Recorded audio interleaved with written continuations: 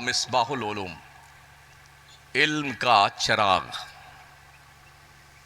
जो आपके करमैनी कस्बे में, आपके इस इलाके में कायम दायम है। आज से ये बात त्याग पत्र दे दीजिए उसे कि मुझे किसी बात को अपनी नाक का मसला नहीं बनाना है। समझ रहे हैं? आपने इमारत देखी है ना, जो बुनियाद की ईंटें होती है ना, वो जमीन में रहती है और पूरी इमारत उन्हीं ईंटों पे खड़ी रहती है जिसका लोकेशन पता नहीं चलता है।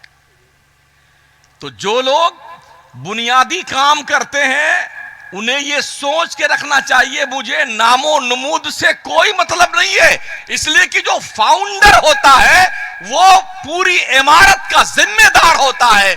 बुनियाद पर इमारत कायम होती है और बुनियाद जमीन के अंदर छुपी हुई होती है। और पता है उसमें कैसे कैसे ईंटें होती हैं? जो ईंट कहीं काम में नहीं आती ना, एकदम थर्ड क्वालिटी, वो उठा उठा के लोग भर देते हैं बुनियाद में। लेकिन उसका मकाम देखिए, खुद तो उसने अपने आप को मिटा दिया है बुनियाद की ईंट ने, मगर पूरी इमारत को संभाल के रखा। लोकेशन, अरे क्या शानदार बिल्डिंग है महोदय जी, बिल्डिंग शानदार है, ये भी सोचो ये बिल्डिंग किस बुनियाद पे कायम है। गड़बड़ी यहीं पैदा होती जब आदमी अपनी नाक ऊंची करने के लिए, जी पोस्टर में मौलाना मोहम्मद अहमद साहब पहले पहले ऊपर एकदम एक नंबर पे हमारा इसमें ग्रामी लिखिए सदर साहब, खजांची साहब तशरीफ रखें महोदय जी, हो गया।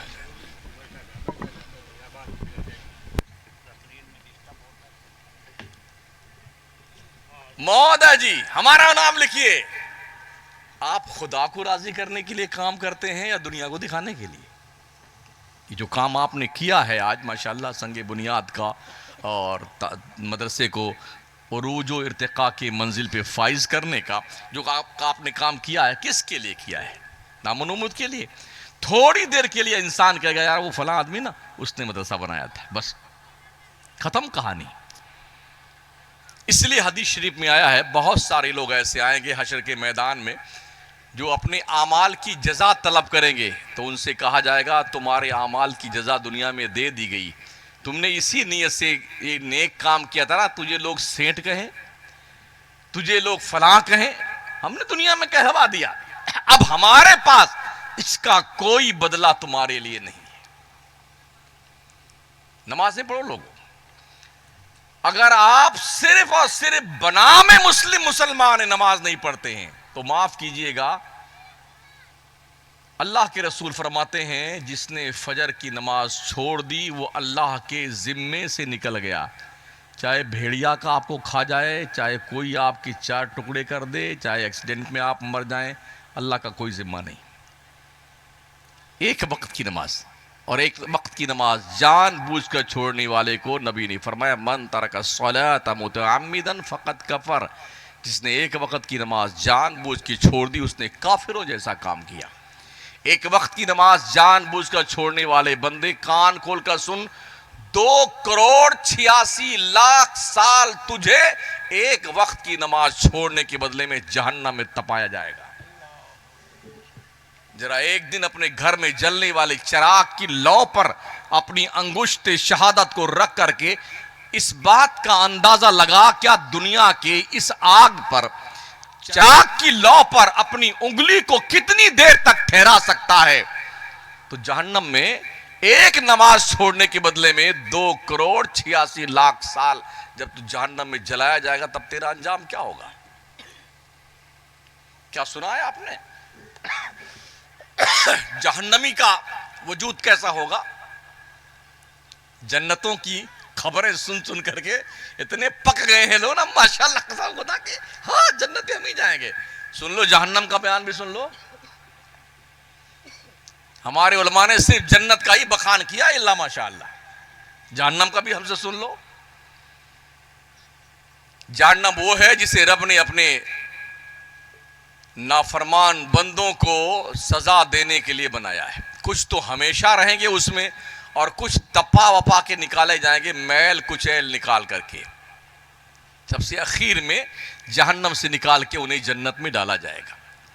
वो जहन्नम जिसकी पुष्ट पर पुलसरात रखी जाएगी, बाल से ज्यादा बारीक, तलवार से ज्यादा तेज, उस पर से हर एक को गुजरना है।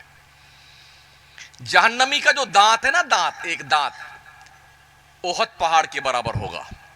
ओहद पहाड़ 15 किलोमीटर का है। 32 दांत को आप गुणा कर लीजिए 15 किलोमीटर के हिसाब से, तो 32 दांत के लिए जबड़ा कितने किलोमीटर का चाहिए? 32 दांत को सेट करने के लिए जब इतना बड़ा जबड़ा होगा तो आंखें, होंठ, नाक, सर, जिस्म कितना बड़ा होगा उसका।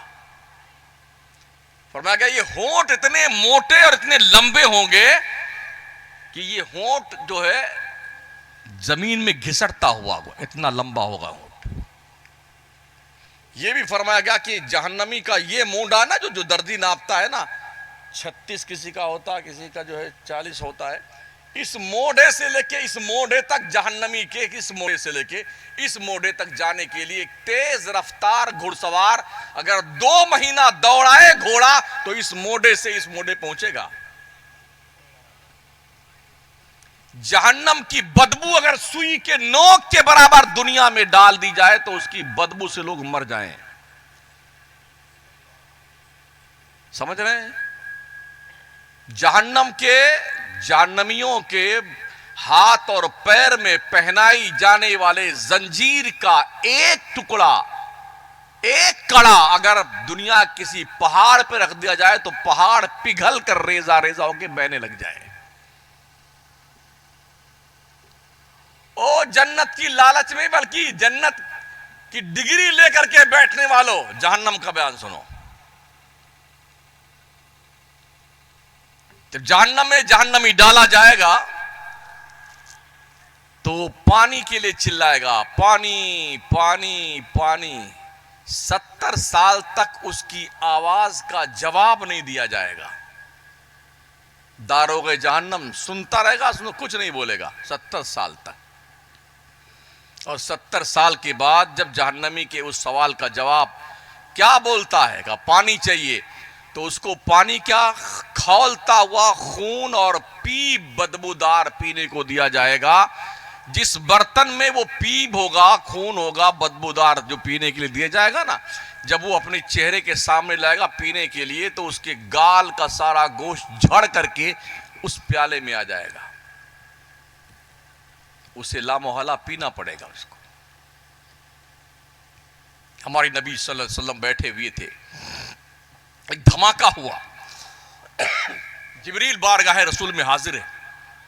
आका ने पूछा, जिब्रील ये आवाज किसकी है? उन्होंने कहा, या रसूलल्लाह 70 साल पहले जहन्नम की मुडेर से, किनारे से एक पत्थर जहन्नम में ढकेला गया था। 70 साल लगे हैं उसकी तह में पहुंचने के लिए। इतना गहरा जहन्नम है। जहन्नमी के जिस्म का चमड़ा कितना मोटा होगा पता है? 70 मीटर मोटा चमड़ा होगा इंसान के जिस्म का।